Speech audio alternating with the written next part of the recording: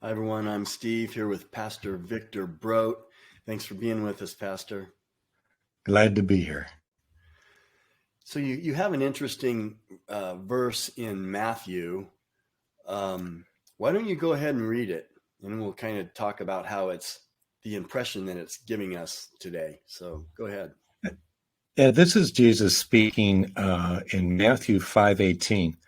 For truly I tell you, until heaven and earth disappear, not the smallest letter, not the least stroke of a pen, by any means disappear from the law until everything is accomplished.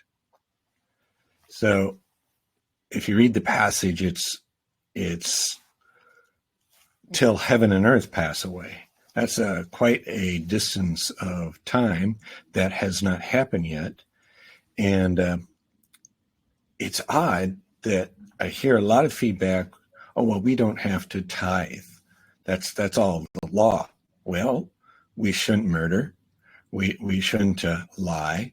We shouldn't cheat our neighbor. All of those things are part of the law, that they're the righteous things to do, and we're to maintain doing the right things. And in my mind, my goodness, I am cheap. I don't like to spend my money on anything. Uh, that's just the way I grew up. But I want to listen to Scripture and the direction. We are called to do more in our giving than to just do 10%. We are to far exceed that. And that's the point that's important in the Christian walk, and why so many people say, oh, we don't go by the law.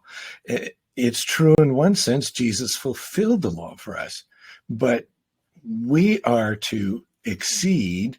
And if we give too much, I don't think Jesus is going to, oh, no, you can't come in my kingdom.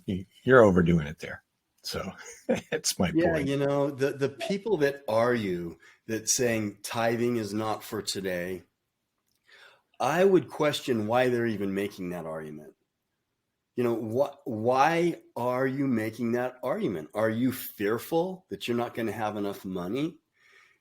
Because that's not the case. God doesn't say that. God will take care of us.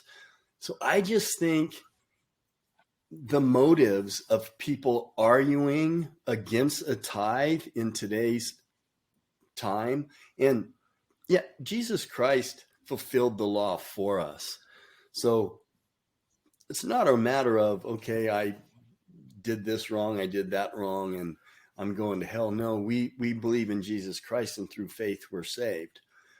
But my argument is always, why not tithe? Why not? And you kind of said it. We're not going to get penalized for it. He's not going to go, oh, God is not going to get mad at us because I was only talking to the Jewish people when I told them to tithe. So what are you doing? Stop it. No, it's a blessing to tithe, and we're honoring God, and we're showing that we trust him. Anyone that argues against tithing and saying it's not for today, if you're doing that, check your motives. Check why you're making that argument, because there's no reason not to tithe. Don't you think, Pastor? Yeah, it can come across as too strong in one sense, but why not extend yourself? I would love to be able to live on 10% and give 90%. I'm not at that point, but it is such a blessing to be involved with things, projects and missionary efforts and all these things that you just see going on, to be involved in them and to be affecting people's lives. There is nothing better than that. What do you want? Another yacht? Or what do you want? A faster car? There is emptiness there. And in giving to others, and that's kind of what I feel like Widow's Mite is about, is encouraging people to kind of think outside that box instead of limiting themselves by their little bit of uncomfortableness.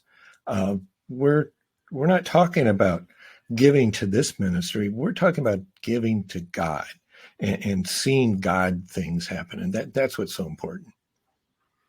Yeah. Thank you so much for your input on this, Pastor. And we will talk to you next time. Thanks for being with us. All right.